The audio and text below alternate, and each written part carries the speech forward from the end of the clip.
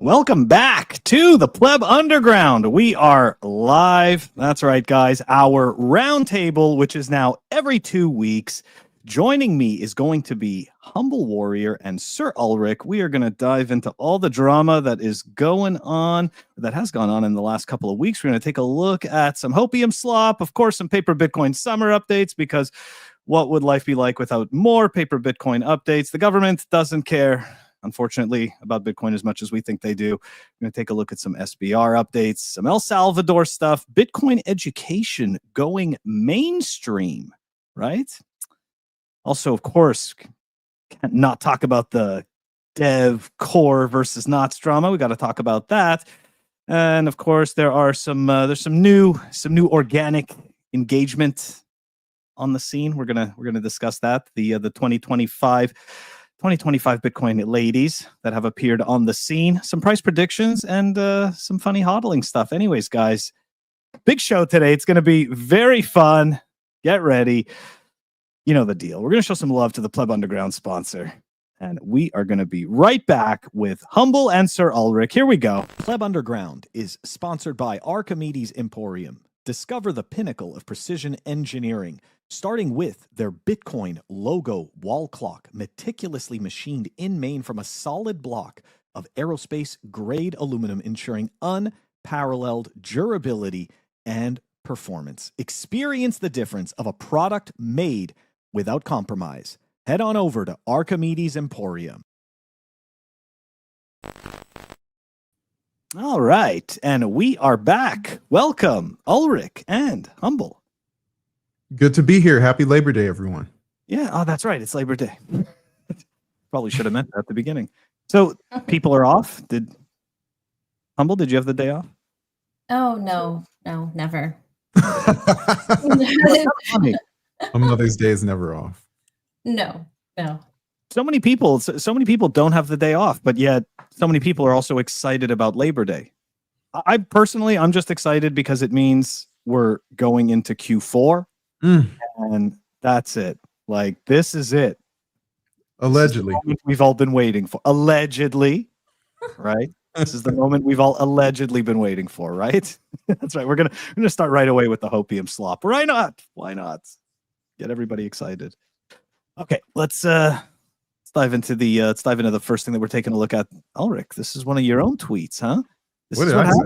Yeah, I know, right? I even when I was going through this stuff, I'm like, what? This is one of his. Oh, so yeah. Look, this was the BlackRock is dumping hundreds of millions worth of BTC and ETH. So I think this is the kind of stuff that how much Bitcoin does BlackRock own? Oh yeah. Well, not hundreds of thousands, but if you look at the website bitcointreasuries.net, you'll see them all the way at the bottom in terms of the list of actual Bitcoin held, owned, claimed, custodied, and BlackRock Inc. is not a fake BlackRock. It's not a you click on them. It's literally Larry Fink's company. Six Bitcoin. That's all they got. I don't know how or when they got it. I don't know if there was an announcement, but the whole theme since 2023 that BlackRock owns Bitcoin is just smoke and mirrors. Like, and this is the scary part when it comes to the claims for who owns the Bitcoin with treasury companies, and we'll probably talk about that later. We'll talk about it again forever. Is that just because BlackRock is providing a service to manage custody or somehow handle the transactions doesn't mean they own the Bitcoin. Those people are in charge of, they are, what do they call it? Assets under management. Yeah. They don't dictate what happens with it. Now, if 6102 or some sort of weird dystopia thing, yeah, they can pull the plug and not your keys, not your cheese. But let's stop calling BlackRock saying that they've adopted a Bitcoin standard or say they've adopted Bitcoin. They don't have 700,000. They have 6. Get it right. And all the HOPIUM dealers, all the people, it's why do we need to validate Bitcoin by saying BlackRock owns it? It was fine before BlackRock did the ETF. It's fine before BlackRock will have 10 or 100 Bitcoin. Let's just call a spade for once. Bitcoin's truth, I think, right? Damn. Everybody's selling BlackRock Bitcoins just down bad.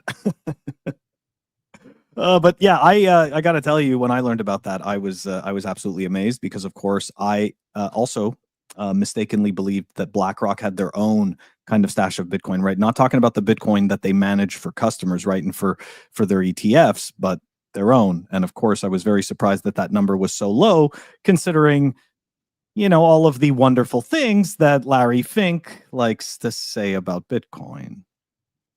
Yeah. How many were they purchasing? Like when they launched the ETF, do you remember what that number was?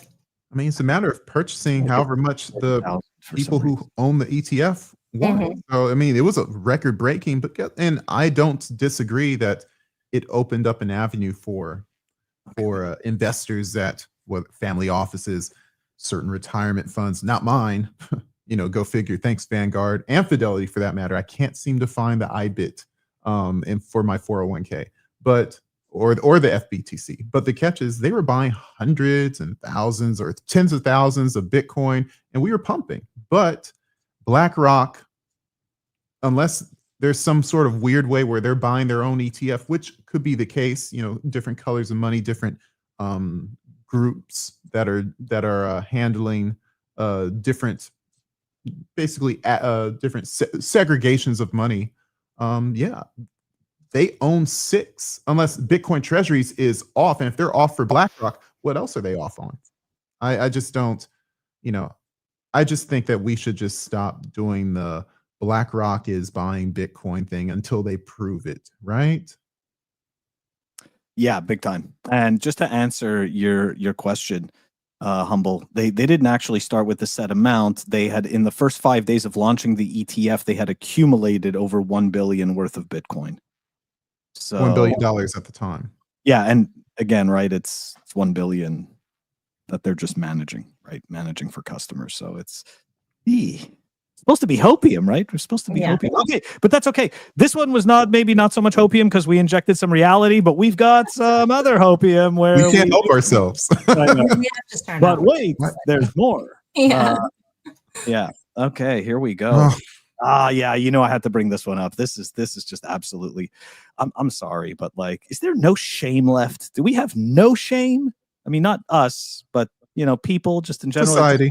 No. So look, Mark Moss says 300 trillion could float. Guys, the numbers are so big. Like, they're huge. Face melting. But yeah, of course, that's more than the entire GDP of the world, which is 113 trillion. Math doesn't matter anymore, but it matters, right? It matters when we talk about Bitcoin being important, but it doesn't matter when we're talking about pumping bags. I mean, I feel like that's accurate, no? I just feel like 300 trillion. There was a comment under there. I think it's on this one. There was a comment under there where somebody was they were saying, well, it seems reasonable or something because they were comparing it to gold and some other things. So like, oh, well, that's okay. That is interesting. Okay, so you know what? The money printing. That's pretty much the only answer, right? Is that at some point we are going to print our way to that point, but like, what will that really mean? I don't know. It seems like empty. I think what they've done, they've unlocked a cheat code for algorithms as to what people like to click on, what people will look at for 5 seconds rather than 1 second. And we see it all the time. We see outrageous, unbelievable, irrational numbers posted on thumbnails and posted in tweets, and people stop. We almost can't blame Mark Moss for using the tools that will get him more clicks, because that's what he's in the business for. He's in the business of clicks. When the people who are clicking click on it, you know, it's like, so I have to point the finger at you, the audience, whether you're watching me because you agree with me or because you like me and you like that kind of stuff. Someone's clicking on BS, and we have to hold ourselves accountable if we want to criticize people like that, because we can't criticize Mark Moss and at the same time we fall for the same dumb plot every time. And it's similar to criticizing sports for athletes making too much money when you can't turn off the TV, or that you don't agree with how much Katy Perry or Lady Gaga or any entertainer makes when for some reason that's the only thing you listen to. There's a reason why they make that money, and it's because they know the engagement is coming from you, and until you turn them off, they're going to keep on doing what they're doing. Very good point. And it's very difficult too, right? It's a double-edged sword. It's so tough, you know? Like, I think about it all the time, right? Even when I retweet some garbage, let's say from like, you know, Brian Armstrong or something like that, it's like I want to expose the misinformation and the hypocrisy. However, at the same time, I'm helping amplify his signal. So this is kind of like I don't know. It's tough, right? A tough one. Well, you've got the big number. Nothing. Like if you say nothing, then they run unopposed. Sorry, Humble, go ahead. No, just you've got the big number. That's a talking point. People will continue to follow you because they like that big number that they can tell everybody. Like, oh, dude, did you hear that? And this, yeah, Mark Moss said that. And you know, it's just like that's what so much of it is. You know, it's like people just wanting to be able to say, I was right. Look at this. And this guy agrees with me. You know, so it's also easy just to send that to somebody, right? Like, look, you know, this guy, you know how important this guy is in Bitcoin. He's a public company and stuff like that, you know? Yeah. And which makes Bitcoin almost comical, because anyone with somewhat of a analytical or a cautious disposition says like 300 trillion. Gosh, that sounds like a lot. A quick research, it's like, oh, you know, the total equivalent value of the world in dollars is about, like you said, $100 trillion, $150 trillion. How much is it? 113 point something. 113 now? Yeah. But the catch is like 0.9. Someone will call out. It's like, yeah, that guy said 300 trillion. He's an idiot. Like if that guy's important in Bitcoin, I don't want any part of it. So be cautious of who you use as your sources as well. For those who are out there orange pilling, you want to make sure that you use legitimate foundations for your rationale, for your arguments. Because if you're really trying to save people and you use clickbaity stuff that's completely inaccurate, you're going to lose that person that you so care about spending your time to convince them to buy Bitcoin. So we have to, we have to be cautious of the sources we use, right? It's a very good point. Yeah, it's also it brings up the point that sometimes when you are being authentic and you're being accurate, it's much less of like hype selling points, right? So the story just doesn't sound as fun, right? So look, people, what is that? You sell the sizzle, right? What is that? You don't sell the steak, you sell the sizzle. Speaking of the sizzle, let's dive into the fire here. We're gonna move on to core versus knots. We'll have some fun with this. Figure take a little bit of a different approach. Usually it's like individual battles going back and forth. Maybe, I don't know. Maybe this will be a little bit less of that. We'll see. Start off with this post here from Bitcoin error logger John Carvalho. Now, I'm not saying that he's necessarily talking about one side versus the other, but I think he makes a very important point. So, assume every Bitcoin protocol dev can be paid off, blackmailed, or threatened. This wizard idolatry and ignorance has to end if you want Bitcoin to survive. People don't really like the voice of reason all the time, but he often does. He often does have some pretty base takes, and to me, like, I don't think he's wrong, because I'm watching this debate in my eyes from like a third person, and I'm seeing a lot of mudslinging on both sides. I'm seeing a lot of garbage on both sides, and I'm seeing that the conversation has completely de-evolved. And in all fairness, I'm really glad that I'm actually not part of the conversation. I have no desire to be, because I do think it's a psyop. Anyways. Here, we're going to move on to the the next one here, next take here on this whole thing. This is from Adam Back, who's been pretty controversial lately. It's been pretty funny. Anyways, coexist, survive. Neither of you are saying you like spam. You're just disagreeing about how to keep Bitcoin decentralized, which is, after all, a shared objective. No need to shoot your compatriots trying different strategies full of arrows.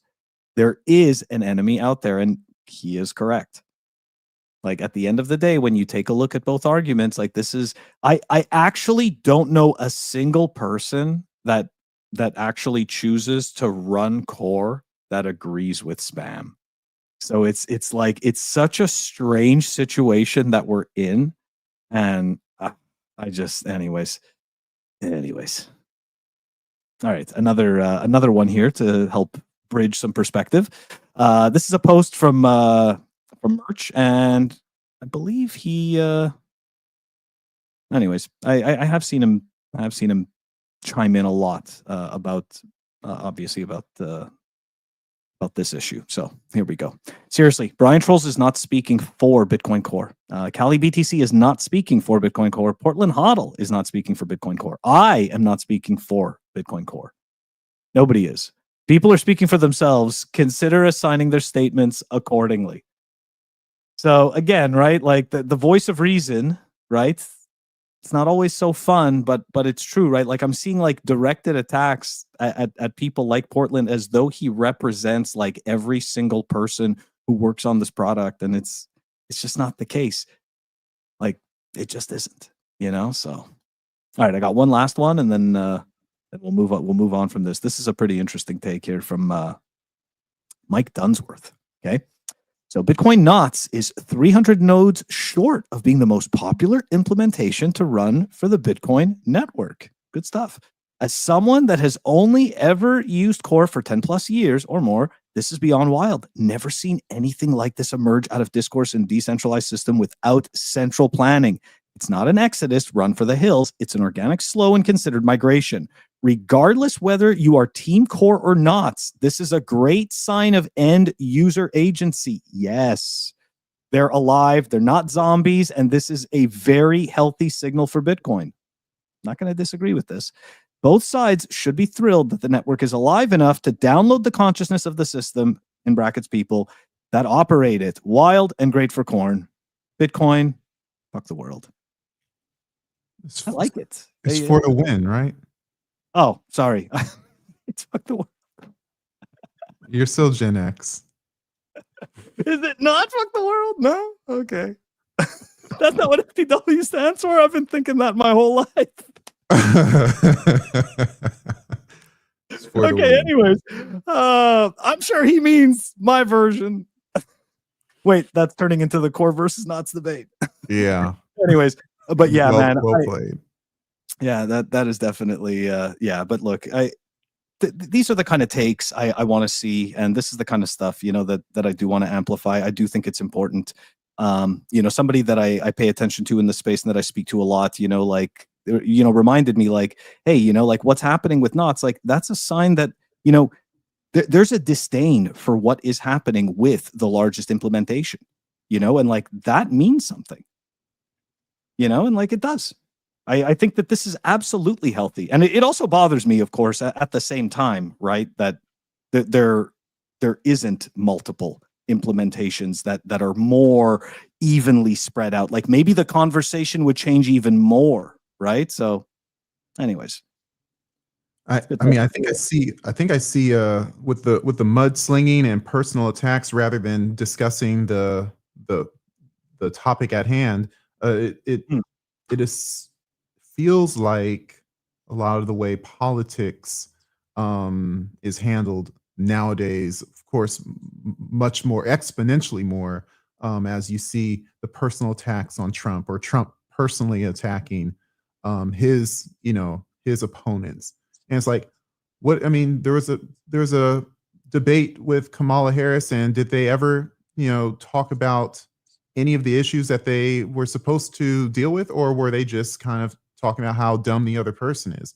Yep. And we've seen several of these tweets out, and it's politics is kind of what Bitcoin was built to kind of get away from, right? We call Bitcoin apolitical, right?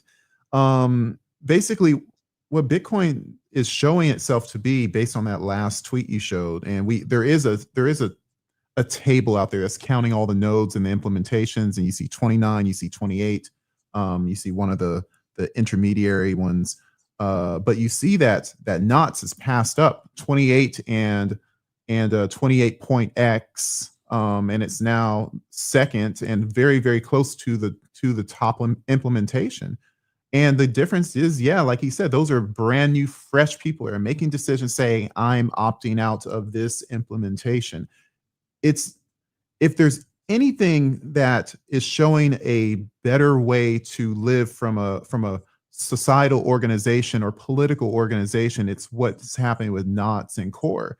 It's like, hey, my vote, it's not even a vote, really. It's just a path. And that path is, I'm going to do this and you can't stop me. It's not the democratic vote where it's like, okay, it's like the majority gets to beat up the minority. It's not that. It's, I can be a minority and I still get to work out my incentives, even if the majority kicks and screams. And in my opinion, I think it's a beautiful thing. I'm not running knots. I'm one of those dead core implementators, if you will. But guess what? Yeah, you're also not upgrading. Yeah, and it's just like this is in my opinion, this is the future. And I wish another one would come up. Core, knots, elbow, whatever you want to call it, whatever you want to call the third one. Imagine if there are three of them and they were battling for not superiority, but just legitimacy. That's the way to live. I just want to add before you give your take, I just want to add, there are a few other implementations, but they're even obviously like there's LaBitcoin, and then if I'm not mistaken, there's also BTCD. But essentially none of them have gotten, right? Like none of them have gotten enough traction. So like Knots has. So I mean, obviously, I'll just echo the personal attacks. I think that's something that's just really a main focus out there. And perhaps for us who are active on social media, we're seeing a lot more of that going on. But, it's like, let's have more of these discussions about things that people who are not so technical can understand, like, what is the concern here? I obviously the filters, but then there are these underlying technical things that could perhaps go wrong in the future, which you see in these comments. It's just like, well, I see this as a potential problem. I understand this is what you're trying to do by filtering things, but then, somebody from the other side will say, but this is going to be a greater issue in the future because of this reason. And it's like, I mean, that's what's so hard, is being non-technical. I mean, not extremely non-technical, but when it comes to this, a lot of people making these decisions, and there are these decisions that are probably being based on group consensus, like, oh, I don't really like how that person's behaving, so I'm going to go ahead and do this. And it is much like politics. It's very much like that. So, yeah, I really would like to have, I don't know, I'd like to have a better understanding. And I think many do, but that is individual responsibility to try to learn more, I suppose, right? I also think that that's where we do end up in some more tribal type of behavior, because it is much easier to simply, just follow what somebody that you trust thinks also, right? Or of course, a narrative, right, that that serves your bias, right? Let's be honest, like that's how it works, right? If we like something, if we already support something, and then somebody tells us a story that is in support of this, we are more likely to continue to lean to that side. The thing is that when you look at these, when you look at this situation at this point, right, it's like there's obviously a major divide, right? Like there's obviously there's a conversation that isn't happening properly, and it's manifesting as this, right? And we're seeing it play out in this way, because there's not a single Bitcoiner that I actually know that wants any of this crap on the network. So at some point, right, like you do start to wonder, okay, like why are you guys placating to this narrative? And I don't understand something. If it is local node policy only, right? If it only affects the local node policy mempool, what the hell is it to them to leave configuration options in so that people can choose not to see something? And of course, I dug into this a little bit more, and of course, so it only filters out unconfirmed transactions, okay? And even if every single node on the Bitcoin network ran knots at the most strict level, you would still only be blocking unconfirmed transactions, okay? And the second they become confirmed, because of course, we cannot stop somebody going directly to a miner and submitting a transaction that everybody does not necessarily agree with in their own local mempool, that transaction will proliferate. The thing is, though, is that why can't you, it's like, why can't it be understood that this behavior isn't desirable by the people validating the transactions? Like, I think that's an important conversation to have. It's so frustrating. It's true. I mean, Randy says it, Honey Badger gobbles up all them descriptions. Descriptions. Yeah, it does. It doesn't care. But yeah, anyways. I'm actually wearing my Honey Badger shirt, Randy. Hey, nice one. I was going to type it out and I'm just like, well, I'll just like, yeah, I got it on. I got you. And as if we didn't need more of a reason, right? As if we didn't need more of a reason that like there's some shadiness going on. This was actually shared from one of those like ordinal accounts, right? Guys, get ready, get a bit amped, like, take it, I know we're tired. Right, left, back, knee, kick, crisscross.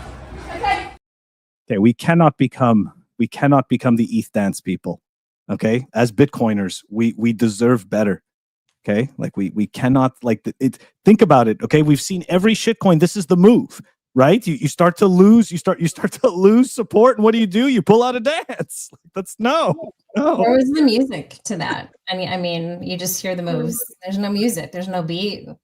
They're getting ready. I think they're prepared. I think they're planning it so they can go do it on stage somewhere. In my opinion, I'm glad that there is no we with regard to Bitcoiners. I've learned that now with core versus knots, with treasury companies versus hardline.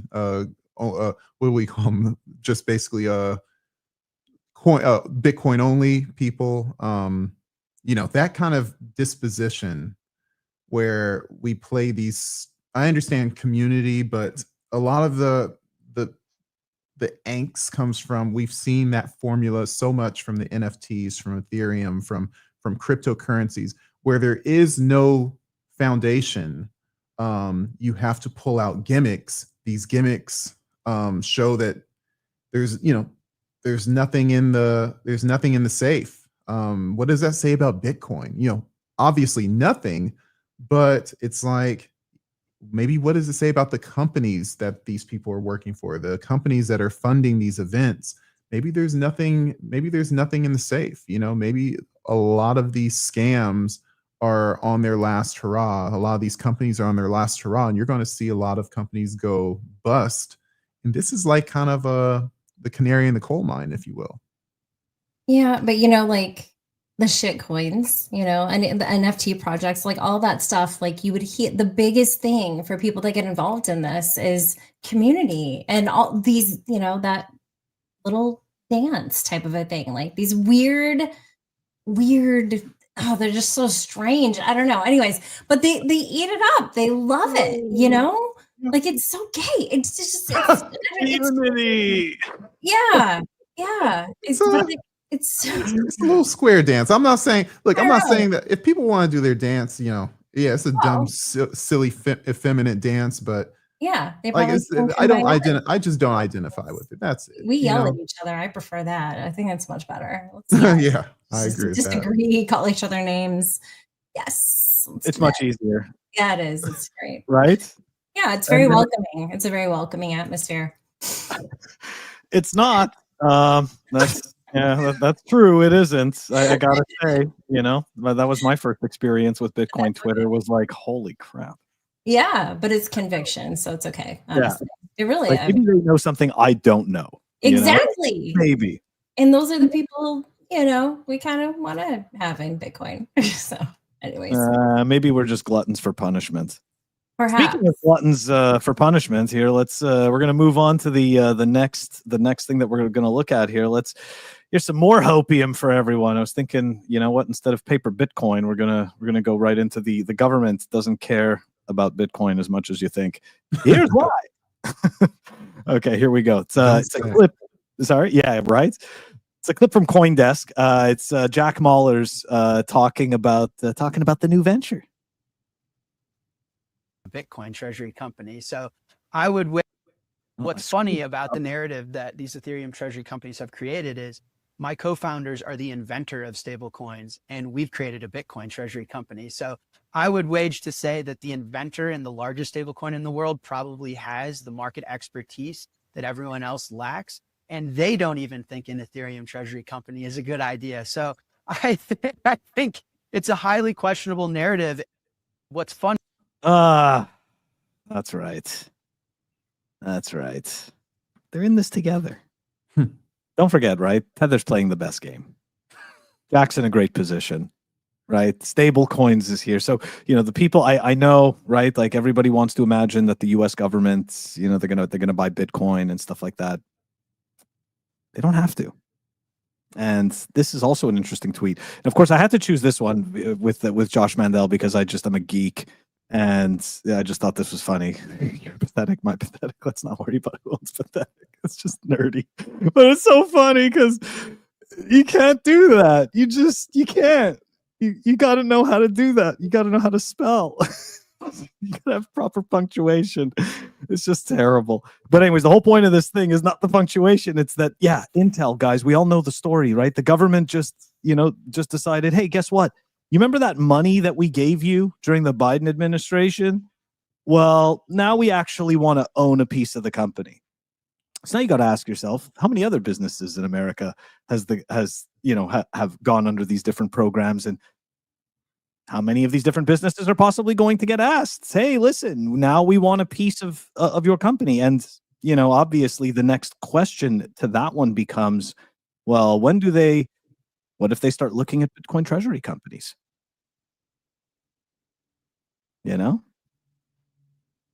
What if they start looking at Bitcoin treasury companies? I don't see them buying any Bitcoin, dude. Can you pull up the Nick Carter post again? Yeah. This one. So I have to preface that one because it's really tough supporting something that Nick Carter says. Yeah.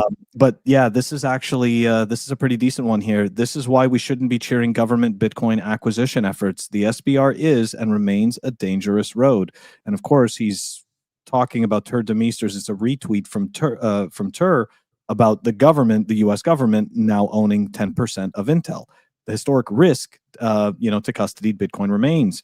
Measures once thought extreme can quickly become popular under the right pressure. This is absolutely true.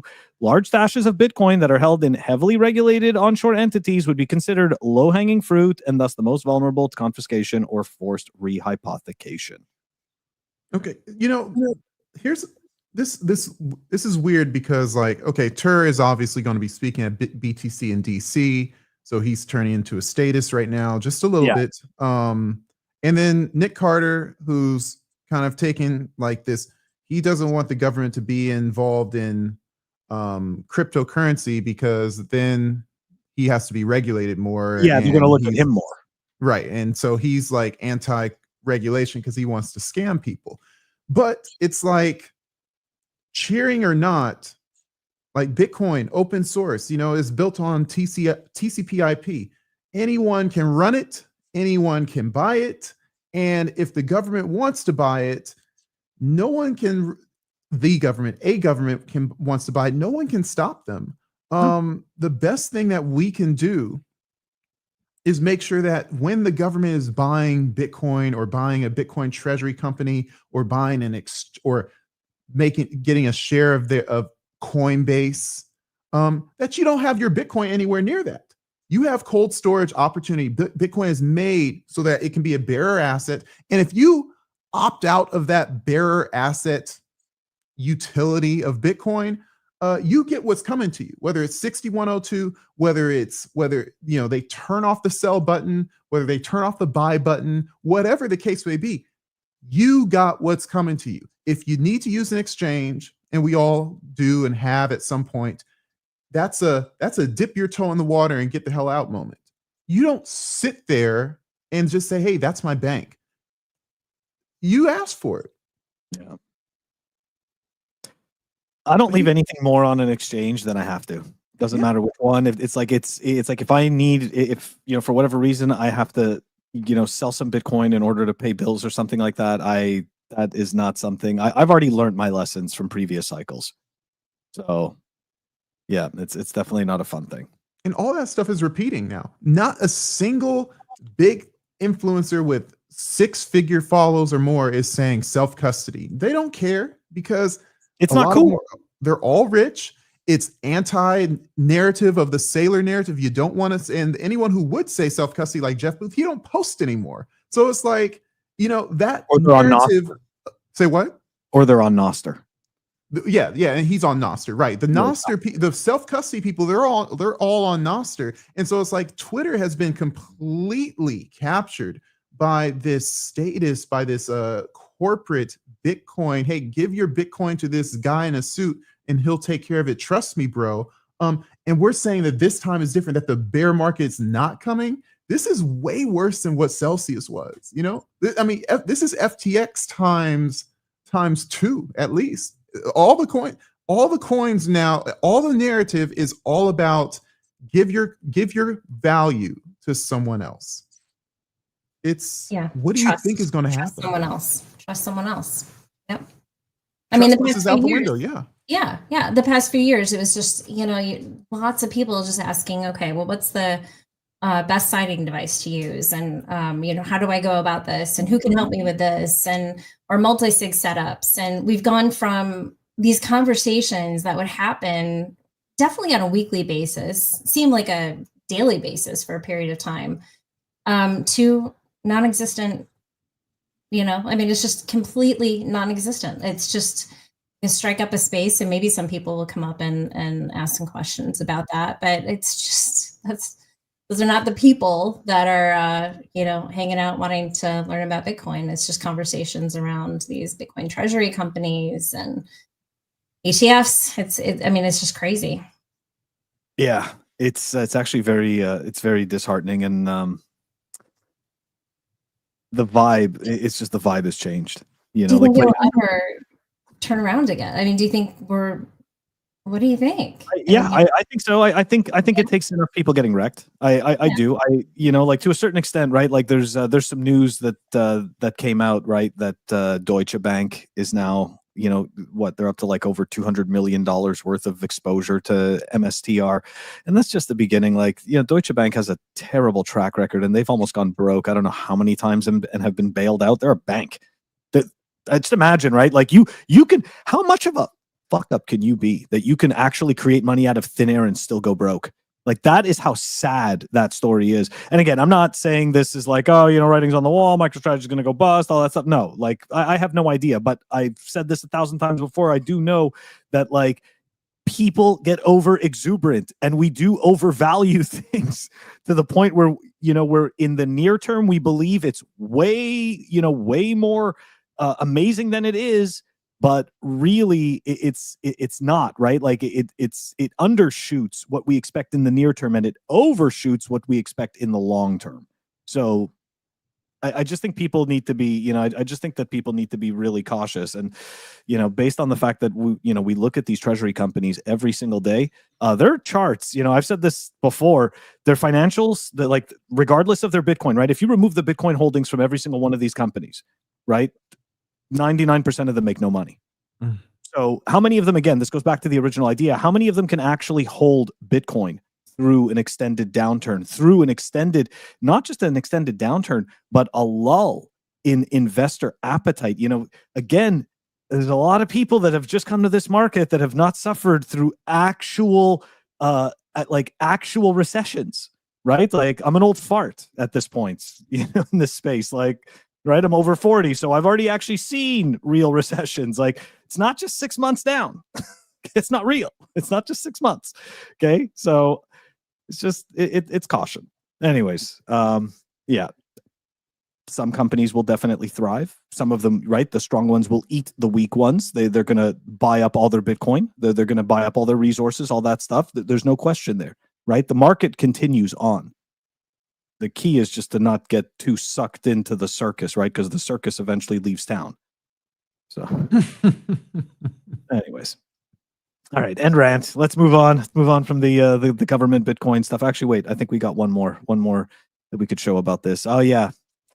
It's a good one, right? That the U.S. should fund the Bitcoin strategic reserve with the tariff surplus. This goes back to the conversation we were just having. Quite simply, it's, not that we need to beat a dead horse, but look, unfortunately, if we ever see this happen, I do think that it's really just for show. It's just drops in the bucket. They've had plenty of chances. A monopoly on violence, like full stop. Like that's all there is to it, right? The state has a monopoly on violence. All there is to it. They don't. Yeah, we said it last time. They don't need Bitcoin. Like, and they've shown it. Otherwise, they would have bought it in 2024, 2025 when Trump was elected. Plenty of opportunities. Cynthia Lummis has been pounding, sand for 4 years. It makes her look like the Bitcoin senator, but it also makes her look like the Bitcoin Elizabeth Warren. And meaning that no matter what she says, nothing really comes out of it. So she's kind of a nothing burger. No, the U.S. ain't buying Bitcoin. They'll acquire it for value neutral in case it catches on. And that's just about it. You know what? Maybe we should stay on this topic because the next topic is the SB. Is kind of, you know what? Hold on. Before we even go to the, no. Okay, fine. Let's go to the SBR. Give me a second. Are you sure? Yeah. Okay. I was debating going to Paper Bitcoin Summer, but instead we're going to go to, is it Paper Bitcoin Summer? I'm not sure. I could be wrong. Sorry, guys. I'm usually so good with these like 35 clips. Oh, you know what? I'm an idiot. That last one that I just showed, that was the SBR. Oh, well. All right. Well, you know what? SBRs suck. They're like not cool anymore. Like, I hope I don't have to hear, like, can we be done with it? Like, Paper Bitcoin Summer is more fun anyways. Speaking of which, let's dive into Paper Bitcoin Summer. We've got, first, let's start it off with the clip. And I just want to, the links are in the show notes. Guys, I know a lot of people are going to right away see this vid and they're going to say, this is AI. There's no way this is real. Sadly, there's multiple sources that indicate that this is a real video. So I'm just going to, here we go.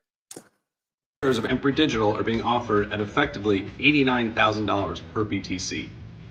As of this morning, the 19th of August, you can buy into a portfolio holding 4,056 Bitcoin, representing a more than 20% discount to the value of those holdings. Some impatient hedge funds are exiting, driving down the share price, bringing an opportunity to effectively buy BTC at a significant discount to spot price. So what are we doing? We are buying back as many shares as we are permitted to under our corporate repurchase program. Let me walk you through it.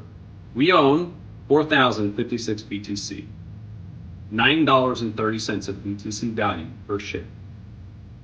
The stock is trading at roughly $7.25, or a 24% discount to the Bitcoin portfolio. Okay. I'm going to get dinged hard enough on that song, that's for sure. I got to tell you, it's not unusual for CEOs to go on a little sales trip, right? Go out there, shill the shares, right? You got to tell people the the reasons why you would hold their shares, right? You got to do that. I got to tell you though, this seems a little premature considering all the fanfare around Bitcoin. What Bitcoin treasury companies have we seen that have thrived, that have blown up, except for MicroStrategy almost a year ago now? MetaPlanet happened about 6 months ago, and I think that they've come all the way back down from that. And that's it. Maybe CEP that expects to merge with 21st Capital is kind of still up there, but for the most part, SQNS, Coincilium, Naka,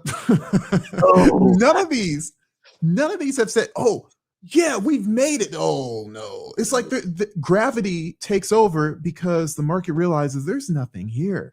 Even Meta. So like, we're in the bull market, guys. You're supposed to be proving all the doubters wrong. You're supposed to be kicking down doors, and you're supposed to outperform Bitcoin. The guys selling shares are in a bull market. Huh? The guys selling shares are in a bull market. Oh yeah. Oh yeah. Like something's wrong. So when the bull market is over, when Bitcoin actually goes to sleep for a little bit, what happens? But see, that was the key part about the whole Bitcoin treasury narrative. They had to tell you that it wasn't going to end. They had to tell you up forever this cycle specifically, because people just do simple math. It's like, yeah, if Bitcoin goes down, if Bitcoin goes up, you go up faster. But if Bitcoin goes down, you go down faster. But Bitcoin's going to go down. No. It's not going down anymore, bro. Oh, okay. It's not going down anymore.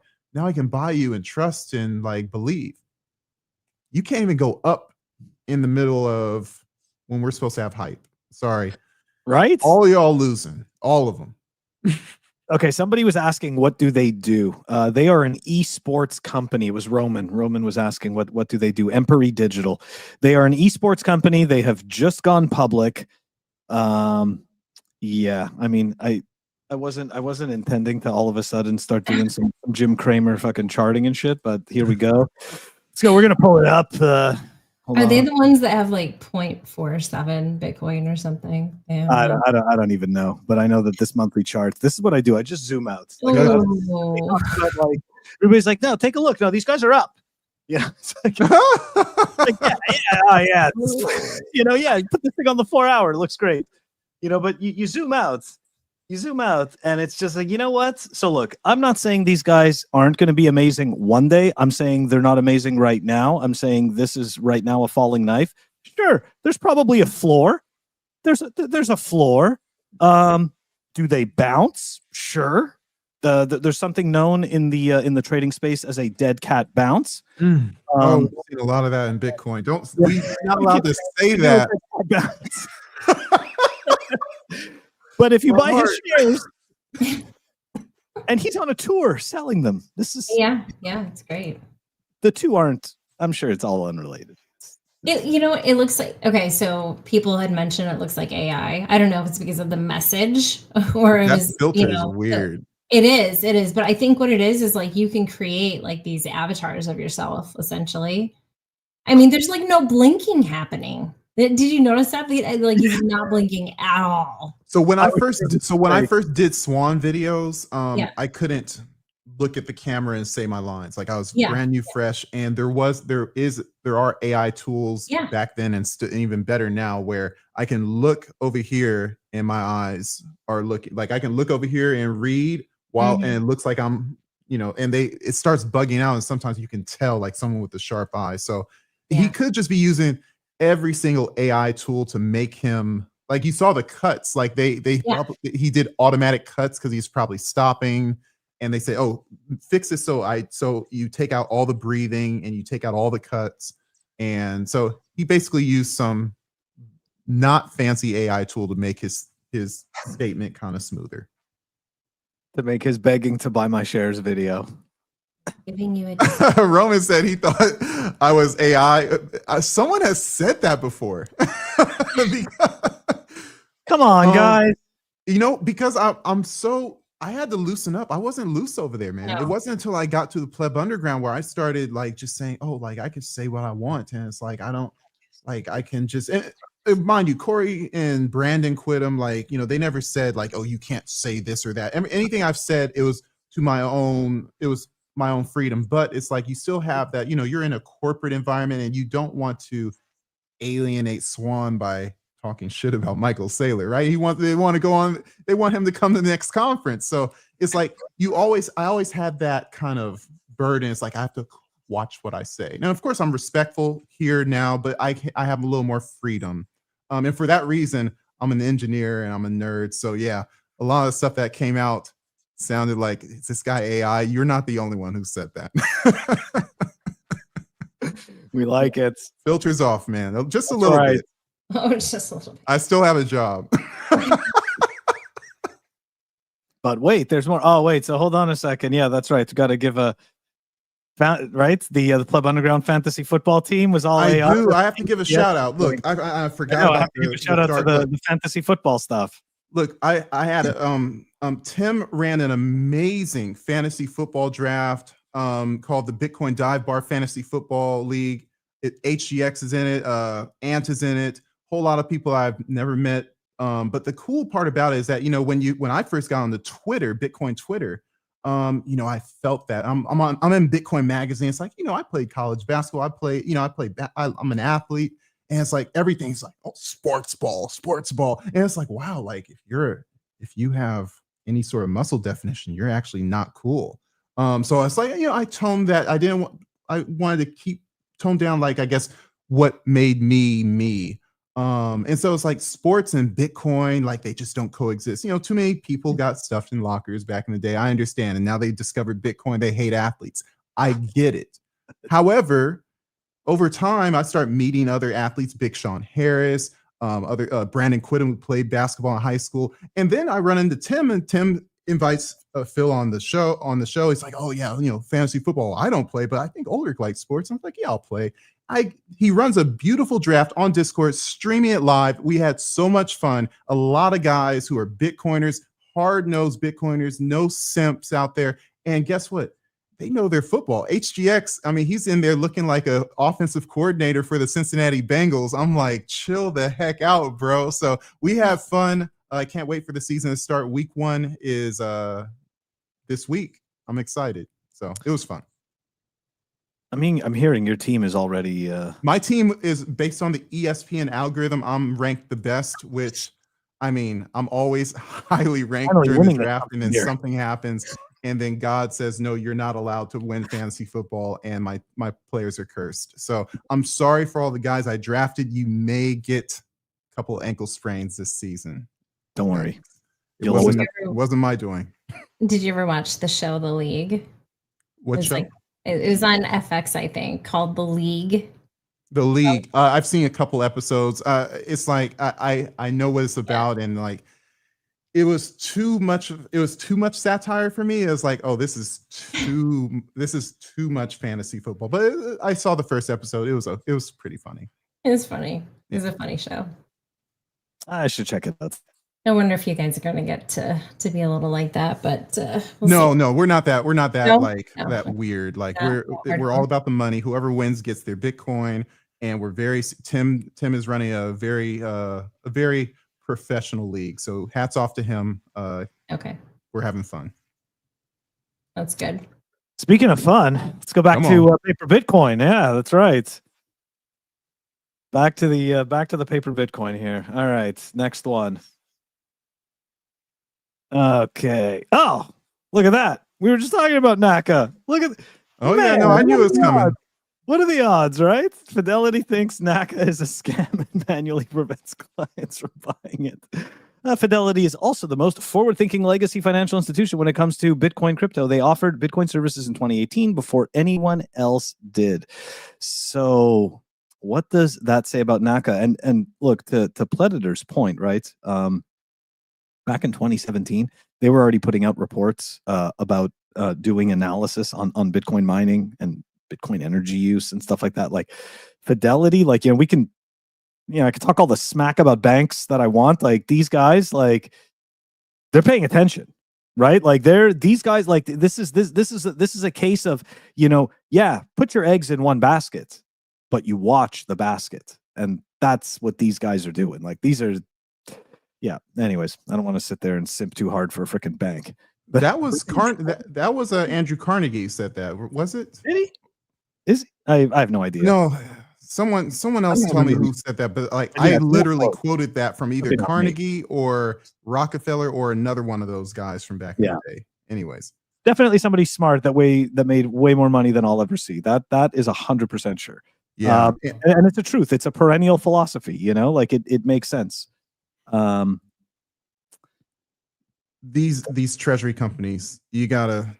We're not saying that all of them are dying, but guys, if you want to gamble, proceed the hell with caution. I mean, honestly, like this is the kind of stuff that before you even go into your thing, Phil, I'm sorry. What the hell are they do? Who's making these art pieces?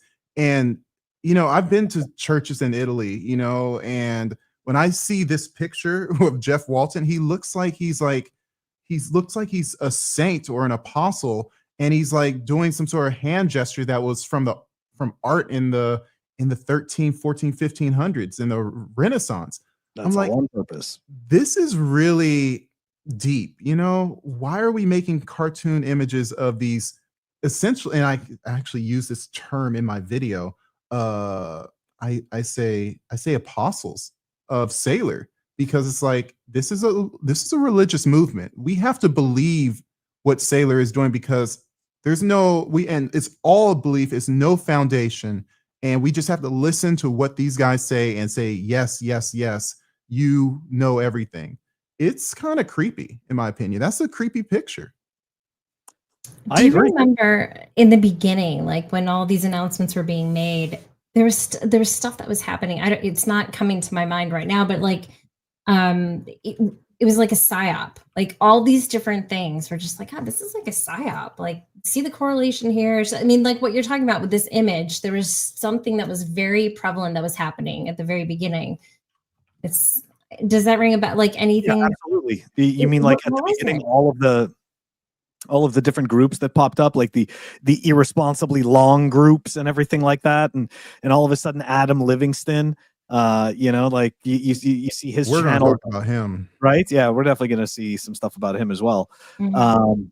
Yeah, like it all feels so forced and marketed and yes, just fucking SLOP. Like this is what this is. It's like, guys, look, we've invested hundreds of millions of dollars into this shit, and we need you to sell our bags. By the way, so I just added this one. Yeah, that's it. Shut up, he's pumping my bags. I get it. I would shut up if the bags were pumping. All my videos I talk about, I got MicroStrategy, and I'm sitting there and I've had it. I'm in the green, but it's like the pump has stopped, and yet they keep on chirping. What gives? Like if it ain't producing, shut the hell up, right? So it's like someone's bags are pumping, but it's not the shareholders, and that's the big disconnect, in my opinion. Yeah. Landman is a very good series. Just watched the last episode last night. I will check this out. Oh my gosh, it's so good. It's so good. Good, because we're running out of series to watch, and I'm waiting for Stranger Things to come on. And is Stranger Things coming out again?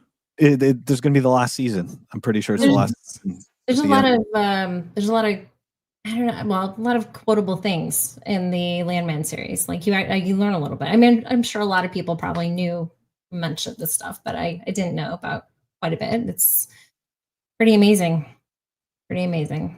The funny thing about Bitcoin is the new oil. They used to call Ethereum oil, right? Like Bitcoin is gold and Ethereum is oil. So have we now downgraded Bitcoin to oil? No. It's kind of sad. Like, I think that's a indicator of the bear market, if anything. Plus, the difference between Rockefeller and Saylor is that, we talk about Rockefeller because he actually won. He won his day. Saylor ain't that yet. Like when Saylor becomes in the Mag 7, we can call him Rockefeller. But the difference is that the Mag 7 people, they provide a service to people. Elon's making cars. Nvidia CEO, don't know his name because he's not always on Twitter. He makes video cards. It's like Microsoft operating system. What is Michael Saylor making? He's making more shares. That's not Rockefeller, so stop with the comparisons until he actually produces something. I'm going to agree with that. You know what? I grokked that one because I was like, can you tell me how they were so similar, or how they're like the first thing was like, really, I don't know if you can draw that comparison so much, but okay. But it sounds great, right? It sounds great. And it sounds great. Yeah. It inspires hope, right? Yeah. It inspires hope. Well, I love hope. Let's give it for hope. It's an idol. It's an idol. You know, let's idolize it. Yes, More. yes, exactly. Green up only. It's like, don't worry. There's more paper Bitcoin summer. More paper Bitcoin summer to come. There always is. Ah, nice. I love talking about MNAV. MNAV makes me feel so good. Did you vote or did I send that? No, you could see. Oh, that's no the win. here. Okay. Yeah. Come on, man. All right. I actually voted. 10 years out, what MNAV multiple do you believe Bitcoin Treasury co's doing financial engineering can justify? I appreciate Stefan's framing for this because yes, I mean, like, there's nothing wrong with that, right? That's what they do. I mean, that's what all of these products are. All of these derivative products, it's all just financial engineering. But yeah. Isn't it funny? I said that to Pierre and he didn't like. You know what? I called it financial engineering when Pierre was on the show, and I was basically said, and he basically said, well, you're implying that financial engineering doesn't create value. I'm like, well, yeah, it's just re-looking at the same value. It's all the same money. It's kind of weird. So, I mean, I personally think that the businesses that are able to prove that they can afford to hang on to their Bitcoin, essentially the businesses that can prove that they don't actually need their Bitcoin, I think they are going to command a very high MNAV. I don't know about a 3x or more. I have no idea what the multiple will be. I can give a number and sound confident and make it sound like I know what I'm talking about, but I'd have no clue. But that's what I believe. I believe that quality businesses that actually have revenue, that provide a product or service, that are able to hang on to their Bitcoin and accumulate more Bitcoin into the future, I believe that they are going to command the highest MNAVs. And the problem with that is that you don't call them the Bitcoin treasury company anymore. By being a treasury company, your primary product is you are a treasury. So what is a treasury? Like, there are no treasury, there's no gold treasury companies. There's no, like, what's a dollar treasury company? A bank, I guess? And what are they doing? They're doing... You're ruining the illusion. Yeah. So it's like, really, a company that holds Bitcoin, yeah, they can probably, as long as we're still in a dollar denominated world, they're going to be able to do 1.5 all the way up to how valuable their outlook is. But the catch is that these companies that just say, hey, we're going to create a skeleton company, we're going to dilute shares to buy Bitcoin off of your money, it's not justifiable to be over one because they have to pay their people and they're going to have to buy Bitcoin. And whose Bitcoin is it? Is it companies? Is it CEOs? Is it yours? You got three to a dozen claimants on the same Satoshi. These kind of things don't last long until they context switch and start doing something valuable before the music stops. They're going to be screwed. That's why it's like, does MicroStrategy want to buy a company and then create value that way? Do any of these companies want to use that gain to go find something that does create value because obviously you don't know how to? That's the big difference. Right now, it looks like they all they want to do is financial engineer. Yeah, I'm very curious to see how many of them actually stick around when this cycle allegedly maybe falls apart within the same time frame that has happened in the past. We'll see. All What right. about companies like Steak and Shake, where Okay, so that's a different story, right? That's those companies, I think, right? Because they have a real product or service. They, you know what I mean? They have real revenues and stuff like that. Like, it's, hey, that's, to me, like, that those are the companies that are doing it right. Right? Or there's even another one. There's a Canadian company. I'm going to talk about this tomorrow, so it kind of sucks that I'm mentioning it now, but it doesn't matter. They're going to be deploying 19 or 20 of their Bitcoin on the Liquid network, right? So they're going to be using that for liquidity. I mean, that's fantastic, and they're going to actually be generating income on providing that Lightning liquidity. So it's a real use case. It's not yield for nothing because you are actually providing a service, right? And they're getting paid for it. So I'm very bullish about that one. Is it, ACP just said, don't forget Tesla, and Dieter Yeah, Bob right? also said the same Tesla, thing. Yeah, But it's Tesla like, and what is the other one? SpaceX, right? SpaceX also Yeah. hold a whole bunch of Bitcoin. we don't call Again, them a treasury company. So No, you see, they're just companies. That's the difference. Yes. The treasury company will not be able to justify anything above one beyond the quick, essentially ICO phase, and that's why it's like these companies are essentially the ICOs of this year, of this this cycle. 8 years later, ICOs resurrect in the form of Bitcoin only, and they're going to have to change some. Hopefully the ones that last say this doesn't work, we're going to have to go create real value. And if they do, they last. Yep, the jury's out. But the shitcoins, they seem to be falling apart pretty quick. Here we go. This is a public company. Wintry, a biotech turned BNB treasury firm, is facing delisting from the NASDAQ. And of course, you know that I'm going to pull up the chart for this. I could show you. I didn't even know this was up there. Yeah. Look at this. Look at this piece of junk. It looks like NACA. Wow. It looks like every single Bitcoin treasury company, except it's a shitcoin treasury company. We can't even call this a bad thing, because every single Bitcoin treasury company has done this, with the exception of MicroStrategy. And guess what? Maybe the bottom wasn't as bottomed as what MetaPlanet or CEP or maybe some of the bigger ones. But that's it. It gets listed. All the early shareholders, all the early token holders dump on the market, and then the market cap that you see in the current day, that's what happens when all the early holders leave the game. Maybe they didn't really believe in it. Yeah. I don't know. I just know that all those charts look eerily similar. And I remember when I first got into stocks and I really didn't know anything. I was buying charts like that because I didn't know any better and I didn't understand anything. But anyways, I digress. To each their own, right? Everybody's allowed to, everybody's entitled to make, their own mistakes, their own decisions. The person sees opportunity where another person doesn't. So, and I would say, here's a caveat. I would say, we at the Pleb Underground, we're not saying that you're full of sin or you're an evil person if you buy these companies. We're asking you to take another look at it with a different opinion, because the only opinions you hear is go. But what you see is, if you compare it to ICOs, if you compare it to an actual value creating company, if you compare it to cryptocurrencies, you're like, okay, where do we put this in my basket of investments? Maybe you want to throw a nickel at it and see. Guess what? Maybe you put instead of playing black in roulette, maybe you play 12, because 12 is your lucky number, or 21, and you roll the wheel and see what happens.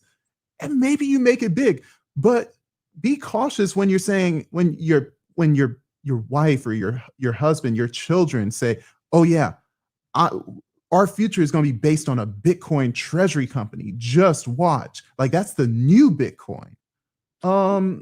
We've seen this before, and we at the Pleb Underground are the only ones really saying we don't want that to happen to you.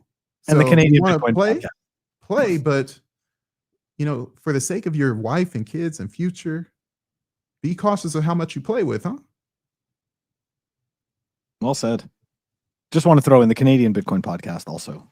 Yeah. Well, I mean, I don't want to sit there saying, we're the American show, bro. It's Labor Day. What you talking about, Canadian, man? Those are so irrelevant. My goodness. Happy Labor Day, man. USA. Where's my flag? I know. I'm in America. America. All right. Let's see here. Let's go on to how about we look at the Bitcoin education stuff, right? Since we're on such a roll here of making everybody happy with their decisions in life. Bitcoin education stuff. So look, I was really excited about this, right? First Bitcoin course being taught at university. And of course, I can't help but look at the authors, right? Bitcoin Standard, right? Saifedean Ammous, and we've got Adam Livingston's The Bitcoin Age, which I've never actually, in all fairness, I've never actually heard anybody in the Bitcoin space that that's going to sound like a dick, but I don't care, but people that I hold in esteem I've never even heard them talk about any of his work. So the fact that it ends up on a shelf for a course, to me is a little bit suspect. It's definitely a little bit suspect. So of course, in my typical fashion, right? I don't really care. So I asked. I don't know if there's any way that we can get access to the full reading list of the course without student credentials. 268 views, no response. No response. You never get a response out of this. Yeah, I'd like to know who decided on the reading list of indoctrination. And again, I have nothing against the Bitcoin Standard or Adam Livingston and his shill stuff. I don't care. I just am very curious who it is that actually chose the required reading list for that course. And I'm really curious to know what their affiliations are. Just because to me, like, it just, like, there's such better work. So that was the reason why I brought this up, right? If you were to make a course, right, a Bitcoin course, is that what this is? Is that what this is supposed to be? It's supposed to be a Bitcoin course. What books would you recommend? Based on that course, it looks like Adam Livingston is twice as important as Saif D and Amos. I mean, Saif has, what is it called? The fiat standard, the Bitcoin standard, and one other book. Adam Livingston has two books on that shelf. So popular. So popular. There's nothing more fascist than academia textbooks, man. I mean, I'm sure we all remember, all of us who went to college and we're going to the bookstore and we see we have to pay how much for that thing? Wait, what? And we have to use that volume? We have to use volume 7. We can't use volume 6? No. And it's like, why? Because there's too much money riding on those books on that shelf, and they have a monopoly on their audience. Their audience says, all you little students have to buy that book or you're done. You're failing. And so it's essentially they're printing their own money. They get the contracts with the university, and it's like it's forced economics. I mean, we have the Bitcoin Standard on a shelf with forced economics. If that's not playing both sides of the fence, I don't know what is. I think that these people who write books, they have to figure out a way to monetize them. I'm pretty sure Saif has plenty monetized his book. This Adam Livingston guy, haven't heard of him, didn't hear about him till 2025. Now he's on Swan. Treasury companies. Say what? Till the Bitcoin Treasury companies. That's right. And so it's like, what is he shilling? What is his stake in all this? And, what do those books look like? Because I didn't read them. I mean, I just feel like it's a lot of politics. It's a lot of crony capitalism, and I would say just flat out communism, and it ain't pretty, and people should be wary of that. That's a good point. Ian Prickster, you mean the other Swan co-founder? Yeah. It's Building Bitcoin. I think I have that. But that's not his first name. What's his first name? It's not Ian. Is that?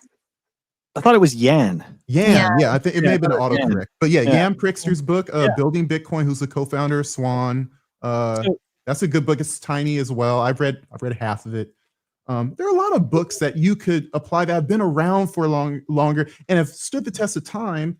But in comes Adam Livingston's 2 books, and it's like, guess what? He found himself a market and an avenue of wealth creation, and he's going to beat that horse until it dies. We should be cautious of that. Well, I think, like you said, he's really making his rounds this year, right?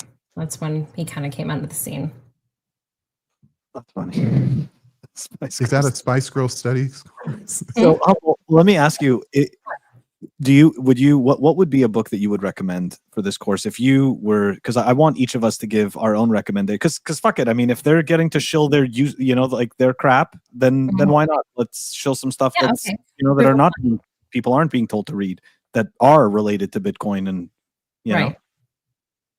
Proof of Money, because I think that it's it's an easy read, and the author is super based. Terrence Michael. He's on X. Very nice. Yeah. Very, Yeah. very nice. Okay, I here, think hold we on. need to Ulrich is speak. getting some books. Oh, Huh? Oh, Were yeah. you- Look at all this. I mean, I have like a whole stack of books behind. Well, some of them, but We appreciate you, Angry Koala. Yeah, the Angry Cheese says we're bringing it back. You know what? I'm even going to go dig up some of my. I'm going to go dig up some of my old books. You can't leave the stage. Of course I can. Man, I can do I whatever I want. will go downstairs and look at some of my books, and we're I going to don't do know. libraries here. That's not Just allowed, I walk think. It's unprofessional. This Because was I don't have inventing money up Bitcoin there. from Yan. You know, he's a technologist. He knows what he's doing. He's breaking down SHA-256, breaking down the construction of the blockchain. I think Layered Money with Nick Basha, I think it was a good history on money. I don't like how he framed Bitcoin at the end as it was a part of the overarching fiat structure. I think his recent book, even though I didn't read it, I think he changed his context with how Bitcoin fits into money of the future, but I didn't read it. I never read Terrence's book, but I have it. I bought it because I supported him, but I ran out of time because right when I bought it, I started working at Swan. I just didn't have time to dive into it. By the way, I introduced him to Corey. Like all his Swan relationships is because of me. You're welcome, Terrence. I love you. These two, of course, are good. I haven't read through all of them, but you know, obviously, it's Seif's books. You know, they're kind of a standard. The Ethics of Liberty by Rothbard.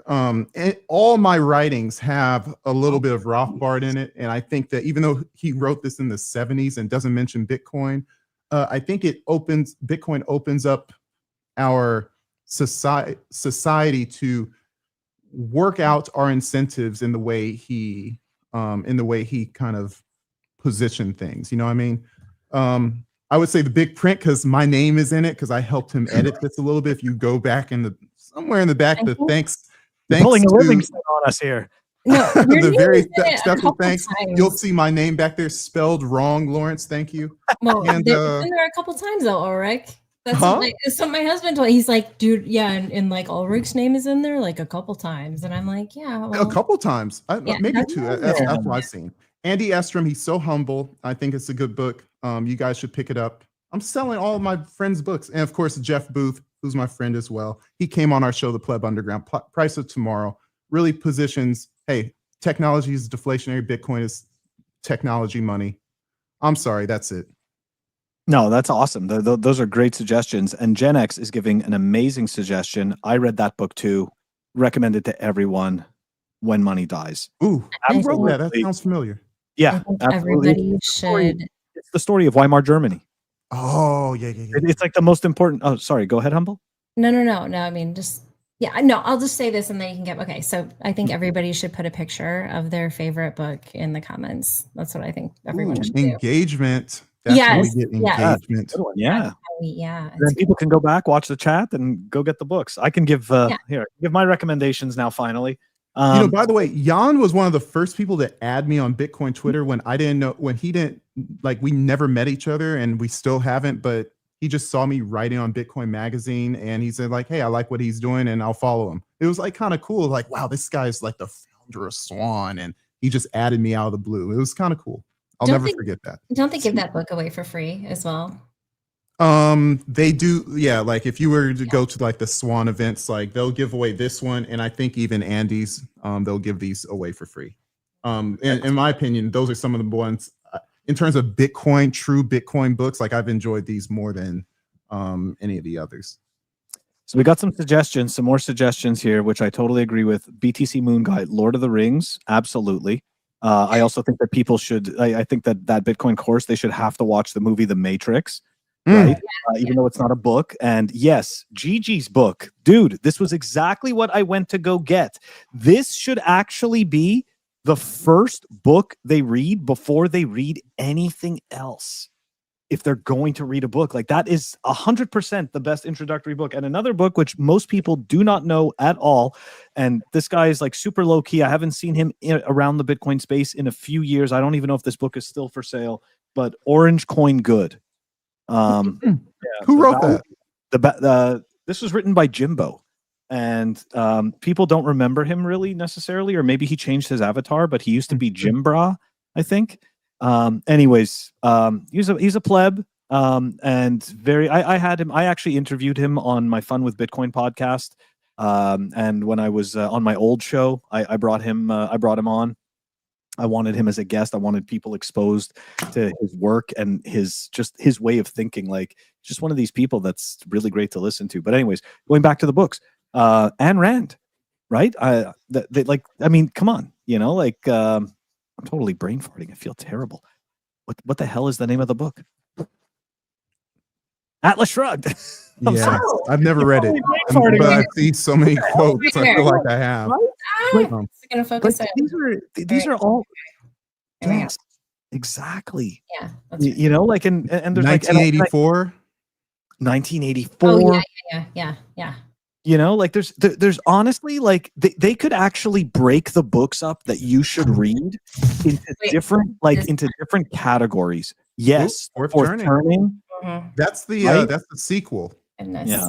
Okay, he wrote another one. That's the second one. But and I think going back to the original tweet, isn't it funny that we mentioned dozens of books, and we're all having fun, and we're going to see posts in the Twitter posts or replies of other books that people like, and most of these, of course, I haven't read them all the way through, but it's like these have impacted the way you see not only the world, but Bitcoin and how Bitcoin can impact the world by these brilliant minds. And yet still, we have only these two authors there. And with the Livingston thing, I'm just wondering, like all the old books that formulate, hey, this is the worldview that is talking about what, because if we didn't have those worldviews of 1984, the Ethics of Liberty, things by, the Mises Institute, fiat is good enough. So it's like why Bitcoin in the first place? You got to get your foundations first. And then you start learning about, well, this is how these foundations are implemented or manifest through this magical internet money. Mm-hmm. But we don't even know why we need it in the first place unless we look at those books and those old books that don't mention Bitcoin ever in the first place. No. The Sovereign Individual, another one. Well, it's like what Dieter had just said, that the comment that you just put up there, that's exactly it. Like, you understand, like for me, it was the Fourth Turning. So the previous book, but just understanding that more, it's like, okay, well, this makes sense to me now. Like, now I understand. Now I know why I need to learn more about this as well. So and like you said too, I haven't read through and through every single book for sure, but yeah. You know what? It's got me because now he the comment about the movies, right? So it got me thinking. So of course, right, Lord of the Rings, Matrix, but then there's a whole bunch of older movies from the 70s, like Logan's Run, Zardoz, which was Sean Connery's first movie, which nobody's ever heard of that shit. But once you watch that, you're like, oh my God. You're like, this is reality. And then there's other movies, right? Like Elysium and stuff like that. Like all of this type of stuff, Ready Player One. Oh yeah, I actually read the book. Oh, wow. That's the book was way better than the movie. Yeah. So can I ask you real quick then, the 21 Lessons, why that one? Okay, so for me, it was by far. So first of all, it was the first book that I actually purchased in the space because I had read a lot of Gigi's tweets and I was like, it's not like I vibe with his stuff. Like he was, he was a pleb, but at the same time had was able to explain things at a level where influencers are like, okay, this guy knows what he's talking about, so I'm gonna just step away from him. But the 21 Lessons is super simple. It's a very easy read and it's incredibly engaging because it's completely modeled around Alice in Wonderland tumbling down the rabbit hole. So it's like as you're reading it, he's bringing you down right down the rabbit hole with Alice. And it's fantastic. Like he just does such a good job of marrying that story in the background as a frame, right? But keeping all of the information about Bitcoin. So so by the time you get out of it, by the time you finish it, you're like, this Bitcoin thing is pretty cool. I might want to get some. Maybe it might catch on. Anyways, yeah, it's cool stuff. That his book, and on top of that, it's super short. So let's be honest, right? Like most people increasingly have less and less attention span, and it's just I'm even surprised that, our viewers and listeners are hanging out with us for this long. Okay. So it's like, I'm honored by that, but like, it's like this book makes it easy because Bitcoin seems, again, depends on how people introduce you to it, but it sometimes seems very daunting, right? Like I remember when I came to Bitcoin, I was like, well, if you're not a coder, then you can't contribute. Well, if you don't understand money and economics, then like, you can't contribute to that aspect of it. If you don't understand philosophy and this, and the list goes on, right? Like of all the different disciplines Yes. that are required to understand the many faces of Bitcoin. And so you get overwhelmed. But when you pick up a book like this, it's like, what is it? It doesn't even have page numbers. 75 pages. 77 pages, and then the rest is, like epilogue. 77 pages, like that's not like that doesn't scare you. It's you know what I mean? Like, it's an easy read. Yeah. Anyways, that's why I chose that. Nice. The long, boring answer. I apologize. You know what, but I like that it. segment. It was completely spontaneous. We didn't plan on breaking all that down, and I like how people engage with this. And this is the kind of like the vibe that I like from our live show. And I just want to give a kudos to, Humble and Phil and the audience. Like these type of moments that I'm like, wow, this is real. It feels authentic and organic. Like it's bringing us back to the time when Bitcoin Twitter wasn't always about the treasury companies or the SBR or the state buying Bitcoin. Like we're coming back to why we're here in the first place. We're looking at, we're recalling, great thinkers, all of us talking about the points of certain books that touched us. And this is the kind of stuff that keeps us going as there are challenges and stresses and FUD as we're dealing with, guess what? September is here. September, we never have a positive month. Guess what? We're all here and we're all ready to take that on. And we know the bull cycle is coming, wherever that pump is, wherever it takes us. We have that confidence because we know where the dollar is going. We know where Bitcoin is going. And these are the kind of things that we need to focus on, and not so much of the statism and the corporatism. It's nice. The revolution. Yeah. Very nice. Sorry, as you were talking about that, I had to go look at the Bitcoin chart. Just no. No more. We don't say DC here. Okay, that's a bad word. There is no. I'll say it once and never again. Dead cat. We don't say that until October. Everyone. Okay. No, it's just DC now. It's not going to happen. It's okay. Hey, why do you get to make the rules? You don't make the rules. My heart right now, but the rules are changing. I can't handle no DCs anymore. My heart. I just want to point out ACP's one last movie, Running Man. I mean, there's way more movies and we totally missed them. And I'm sorry, guys. But like, yeah, Running Man. But I'm going to be annoying and be a geek about it. The original one with Arnold Schwarzenegger, not the remake. Like it has to be. Oh, God. Picking up ancient Bitcoin charts. It's the live one, man. It's the live one. It's what's happening now. They're not old charts. Brand new.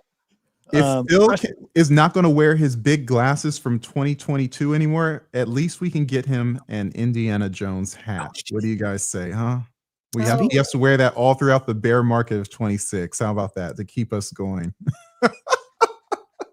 Don't agree to anything that Ulric is offering up because I can't do it. Ugh, that hat. I'm so not a hat dude, and I do like hats. I actually have a whole bunch of them and I never wear them, but I imagine that if I wanted to wear one, that would be one of the ones that I would want to wear, but I'm not a hat dude. Well, anyways, he telling me there's hope. I like your hat. Wear one. He said you were just going to wear one. You had to wear it. You don't have a choice. You don't get to want to or not want to. Because all rules, don't you know? Does he? Yeah. Apparently. I just don't want. I want my heart to survive September. Okay. Dead cat. Dead cat. October. It's October. October. Okay. So don't worry. We got 3 weeks of this crap, and then all of a sudden we're just going to the moon. Allegedly. Allegedly. That's right. With a dead cat. Face melting. I'll take a dead cat in October because it'll be net positive. Is that we can? Yeah. Originals, not remakes. It's true. Okay, moving on here. Okay, we're gonna wrap it up. I think after this, let's go. Debating if we should do some price stuff or play stupid games, or do we want to shine a light on the new influencers that have come to the space, or do we want to talk about the El Salvador haircut rule? Oh, that's crazy. I'm liking the influencer one. The influencer one can be a bit edgy. Yeah, the influencer one's going to be edgy, and people, and it's just going to come across as like hating. No, it's true because that's what it is, right? That's what happens, right? People like, like that's just what happens, right? You can't actually be critical without coming across as a hater, and that's okay, right? So it's up to you guys, whichever one you want to do. I personally, I want to do the El Salvador one because I think it's ridiculous, and I want to make fun of El Salvador's ridiculousness. Okay. But I don't make the rules. I don't make the rules. So I think the one that I like can be held off for a while because it's still current. It's still happening for a while. Say what? It'll be current for a while. Yeah. So let's hold off mine for a while. We can add more to it next time too. So all right, we want to do the El Salvador one then? Sure, let's do that. All right, let's take a look at that then. Let's take a look at what's going on. So for anybody who's been paying attention to the El Salvador news, right? You may have seen this. El Salvador has officially banned the Edgar haircut in its public schools. Country's new Minister of Education requires each student to have a clean uniform, formal haircut, mandatory greeting of teachers and principal upon entering the school. Granted, being polite, all that good stuff. I don't see anything wrong with that stuff. Let me just add some context to this, though. Here's a tweet from Lena Seish, right? Low-key fascinated with how media frames El Salvador's school rules as authoritarian. Many countries do this. In many Japanese schools, students clean the classrooms, wear slippers, can't dye their hair, etc. They really hate when the third world does first world things. Do that. I won't go first. I won't go first on this one. You won't? Okay. No. Oh, no. You want to go humble? That's my rule. That's my rule. I'm making the rules now. Oh, wow. Rule makers here. Rule makers. That's it. I'll make some rules. Hello. I didn't know like Lord Farquaad's haircut was in style there. And they decided I just didn't know that was so in style. It's very interesting. Like, don't you see Lord Farquaad? Yeah. Okay, cool. Okay. So when it comes to greeting teachers appropriately, I mean, let's be honest here. Like, parents should be teaching their children that, correct? But they aren't. Yes. And so if they're not, I think it's okay for a school to be like, you know what, you're here. And, if you have this element of respect to these people who you're supposed to be listening to and learning from, it branches out to other avenues in their educational journey and into adulthood, this element of respect. So I don't think there's a problem with that. The haircut thing, I mean, what kind of a problem were they having? I guess that's kind of interesting because it's more military, right? Like in the military, you have to have a certain haircut, certain length, and you can or you cannot have a facial hair depending on your ethnicity or whatever. And I don't know. It's I guess I don't have enough information as to why the haircut was distracting. Was it like a gang thing? Was it part of like? Well, so somebody in the chat is saying a gang member haircut. Oh, okay. It is. There you go. That's the catch. It is a gang. It is a common fashion for gang members, at least in that. In I don't know if it's El Salvador or Central America as a whole. Probably further than El Salvador, but it's like that's where I start. Like, if you're just saying, "Oh, you're not going to." You're running a trend, and we're just going to crush trends. Kind of weird. But if there's language there, and again, that school, we talk about, like, pointing back to the Rothbard book, there is no public property. Everything's a bunch of privately owned things, and people are going to work out the rules for the property they own. So you see this school say, hey, we recognize that this is a gang style haircut. To all you little wannabe gang members that are ninth graders or 8th graders or 6th graders, and you think you're tough, you ain't doing that here. I went to LAUSD. You know, there are a bunch of fake gang members. There are a bunch of real gang members. LAUSD, Los Angeles Unified School District. There's a lot of fakes. There's a lot of wannabes. There are a lot of real ones. And there's a lot of people that have been caught up in the wrong situation just because they looked the part. Now, someone else said, I think Dieter Bob said they're trying to change the culture in the country. And with that change comes a lot of strenuous things that may seem like, yeah, it's taking away freedom. But I don't want to say it's for the greater good. I'm just going to say that it's his country. He has these rules, and you know, it could be worse. So I'm not a big, you know, private schools, boarding schools all have dress codes.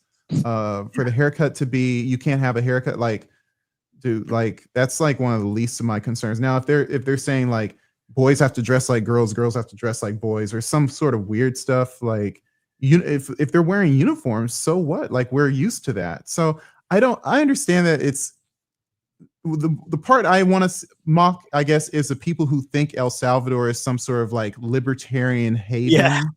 And it's like, this is where we can go and we can be free and run naked and pretend like everything is heaven on earth. It's like, no, this guy runs the country and he's going to be running the country for a while. And he has picked a way to save his style of saving the country, which technically it's kind of worked. Lower murder rate. That's kind of what the government's there for, to stop people from killing one another. And it may hurt the people who have that freedom thought. But if it works for him, it works for him. And that's really all that matters, because he's the boss.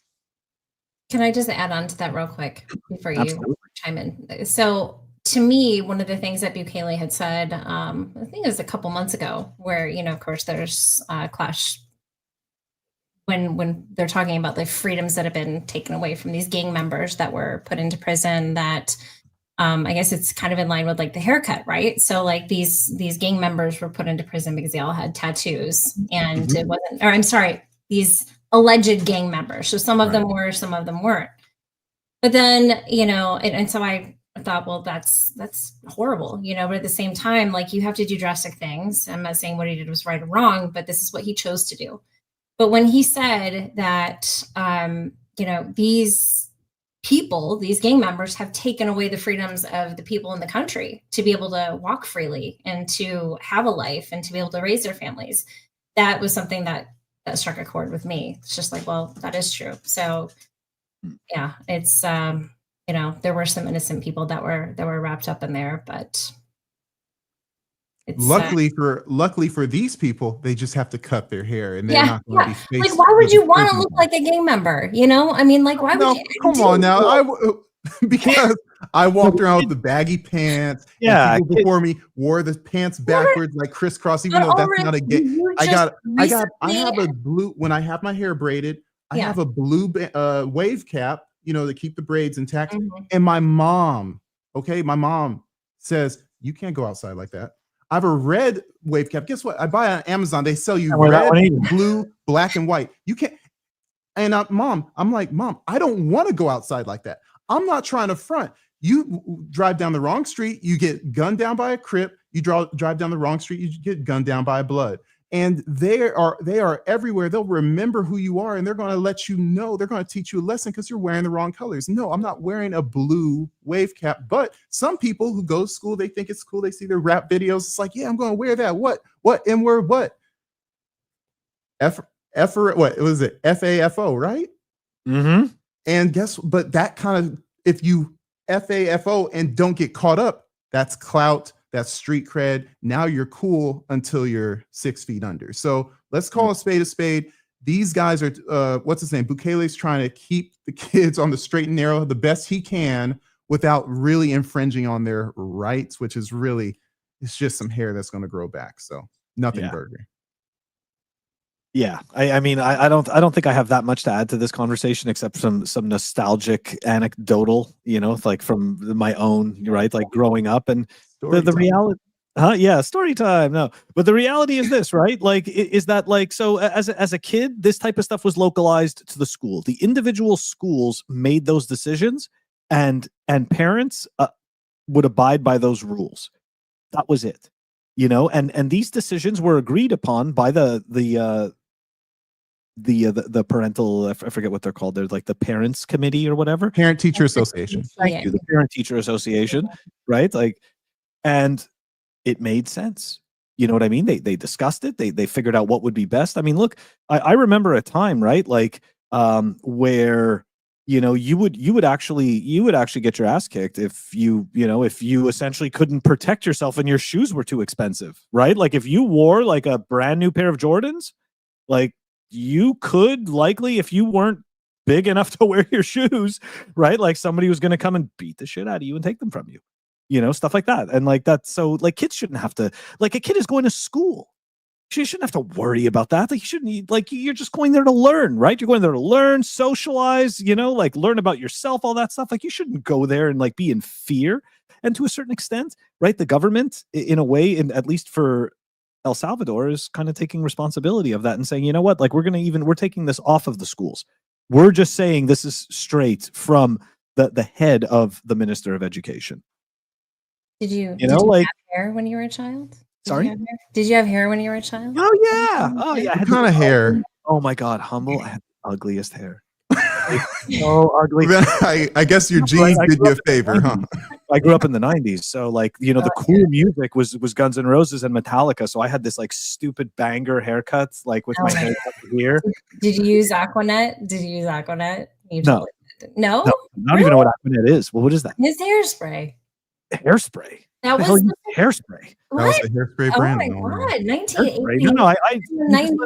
Yeah, no, it's hairspray. Oh. Just let it all hang down, like that's all. And then you'd shave, you'd shave everything under and just leave the top grow down. It was so bad. It was. If so I was white, ugly. I would totally do that. Oh, dude, it was so ugly. I see pictures of myself from like grade 7. It's so embarrassing. I did keep a few, of course, just to remember how terribly ugly that is. That's good. I mean, you have to remember the lessons, right? Oh my God, yeah. So look at this. ACP says, "Can we see a picture of Do-Rag Ulric?" See, now we're taking requests live. We're turning into another platform. That's kind of sketchy. But I'm gonna. Here's the one that I'm never wearing outside. Okay, you get that on Amazon, and it's on our live stream. Shiny. I'm not wearing this because I'm not going to be a casualty. But if I got the hair kind of braided up, my mom braids my hair still. She has great hands, and she knows how to like any hairstyle you've seen with me on the videos. That's from my mom. So shout out to her. So I'll drop, I'll make sure it's nice and tight. So I'll put the do-rag on and, we are doing all kinds of racial appropriations here. But I guess I can't because I'm black, right? And I tie it up right here. I've never actually seen him put this on. Pretty interesting. Yeah. There you go. It's nice and tied back. And so now you fall asleep with that and the hair is going to be all slick and clean and everything. It's like, psh. And you take it off and it's like you ready for the day. I just thought it was a style thing. I got to be honest. I didn't realize it had any utility. Yes. No, it's not just for clout. Like it's like with hair, like black hair. Not mine's a little more like longer curly, but for like the traditional like core black hair. Like if you have that, like it won't be as, what do you say, frizzy, or the term is nappy. So that keeps the hair kind of behaved, if you will.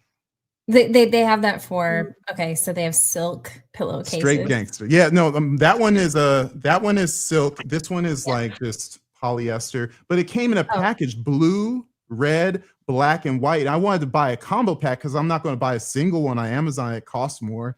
And I was like, well, I can't wear those two outside. And my mom would see them. She'd come over to my house and she'd see, where are you wearing that? You're not wearing that outside. My mom used to be a cop. So it's like, Mom, I'm not going to wear that outside. I promise. I want to live.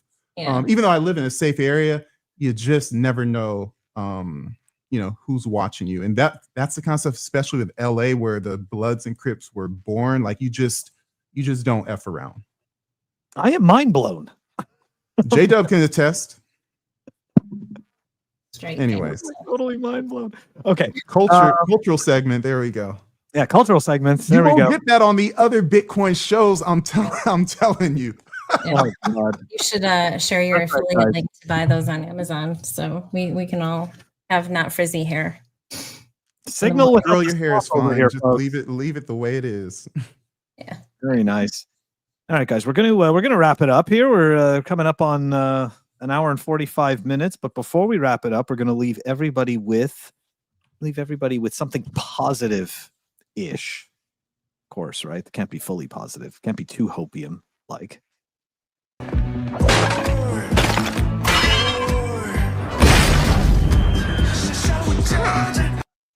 That's right, guys. Toddlers. It's not an easy journey. All right. We do it all the time. Quite often, it's just like Yellow said in his Don't Stop Leaving Spaces yesterday. Hodling is a lonely journey, right? It is a lonely journey, and especially if you aren't friends or have family that has also decided to learn about Bitcoin, it's even lonelier. And not only is it lonely, but to a certain extent, in some cases, you're kind of like a pariah. So don't worry about it, okay? The other hodlers get you. All right, we got it. Everybody's together, alone. Anyways. All right, any last thoughts? Any last thoughts here? Humble. Show your stuff. Okay. All right. Yeah. Put me on the spot here. All right. Yeah, here I am. Yeah. Well, for a couple hours longer, I'm actually having a sale at the Orange Habit. So it is BOGO, buy one, get one 50% off, and free shipping as well, worldwide. Theorangehabit.com. Very nice. Very And we have nice. a new fall collection out. So some pretty badass, like oversized hoodies and the matching sweatpants, and they're pretty base. Very Can we exciting. wear them in any neighborhood we want? Or is Yeah, you actually can. Yeah. okay, Yeah. cool. Okay, good Yeah. stuff. All right. See, this is Yeah, the kind of it's stuff Ulric maroon, not red. can be worn anywhere. I can Yeah, express myself freely. Express yes, you yourself can. anywhere. Express yourself.